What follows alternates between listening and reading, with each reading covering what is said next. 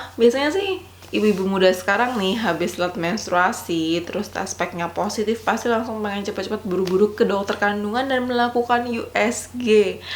Entah itu ditanggung asuransi ataupun tidak. Dan biasanya pertama kali melakukan tes USG, kebanyakan hasil USG-nya masih tidak menunjukkan apapun. Sama kayak aku juga kayak gitu kok.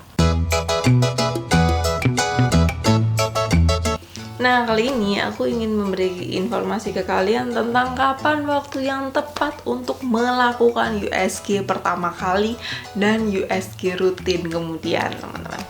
USG sangat penting dilakukan untuk mengkonfirmasi kehamilan kalian, teman-teman. Sayangnya, tidak semua wanita yang telat menstruasi itu bisa langsung mendapatkan hasil USG yang menggembirakan. Nah, untuk kehamilan, USG itu terbagi menjadi dua, teman-teman. USG abdominal atau pemeriksaan di perut kalian, dan yang kedua USG transvaginal.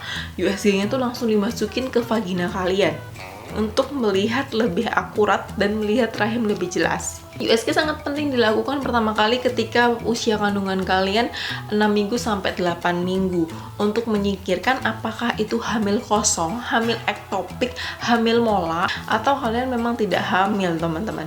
Dari USG sendiri kalian bisa melihat usia kandungan kalian, kapan perkiraan lahir, apakah janin kalian baik-baik saja, jenis kelamin, dan lain-lain. Nah, disarankan sih pemeriksaan USG abdominal itu dilakukan ketika usia kehamilan 6-8 minggu. Misalnya kalian telat haid nih kan, kalian telat menstruasi, itu kehamilannya sudah dihitung 2 minggu, teman-teman. Jadi kalau 6-8 minggu setelah kalian telat haid 1 bulan sampai 1,5 bulan, itu baru bisa dilakukan USG untuk melihat apakah di dalam rahim kalian ada kantong kehamilan dan janin. Jika usia kehamilan sampai 8 minggu dalam rahim kalian tidak terlihat adanya janin atau tanda-tanda kehamilan dan kalian masih mengalami telat menstruasi, akan disarankan untuk melakukan USG transvaginal. Kayak aku kemarin udah telat 8 minggu haid, jadi udah usia kandungan 10 minggu lah ya. Itu ketika cek USG abdomen, USG perut itu sama sekali nggak kelihatan apa-apa. Jadi cuma ada penebalan rahim aja, terus nggak ada kantong kehamilan, otak nggak ada, janin nggak ada. Akhirnya mungkin karena dokter ya, jadinya aku takut bakal hamil kosong, hamil mola, hamil ektopik, dan lain-lain.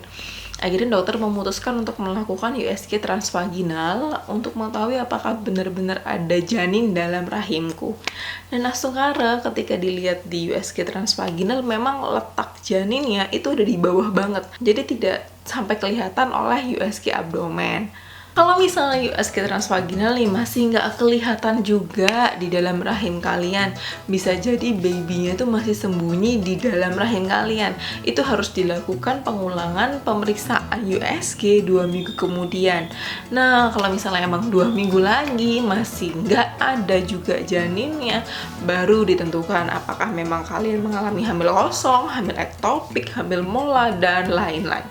USG kedua itu sebaiknya dilakukan ketika usia kandungan kalian 11 minggu sampai 13 minggu, teman-teman. Jadi, di usia kandungan tersebut sangat bagus untuk menentukan hari perkiraan lahir, usia kandungan kalian, perkembangan janin, dan dilakukan screening kelainan pada janin. Selain itu juga waktu yang tepat untuk melihat berapa jumlah janin yang ada di dalam kandungan kalian. Siapa tahu kan kalian mengalami hamil kembar atau triplet, kuadruplet.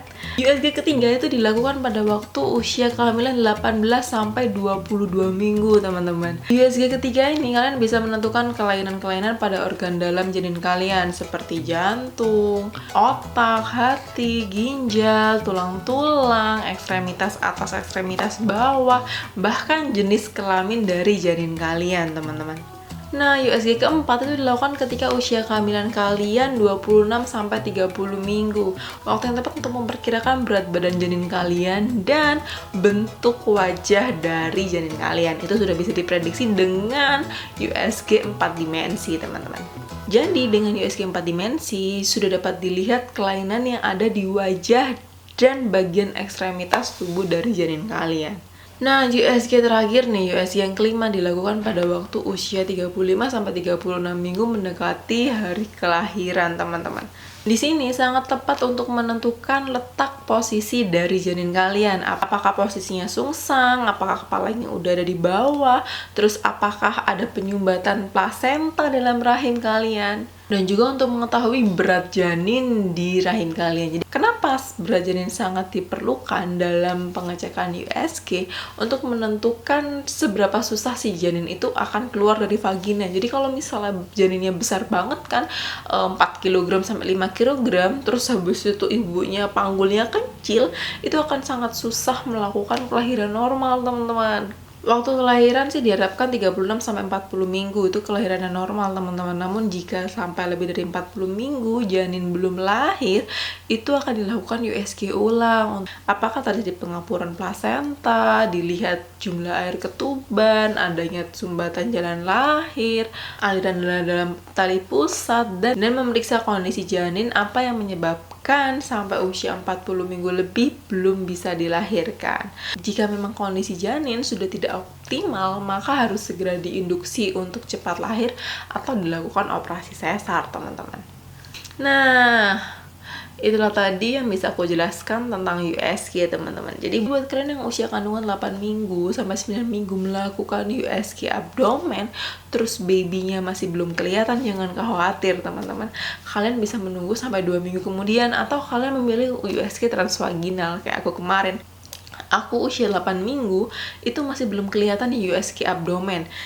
Namun ketika dilakukan USG transvaginal, bayiku baru kelihatan. Karena emang posisi letak janinnya itu di bawah banget.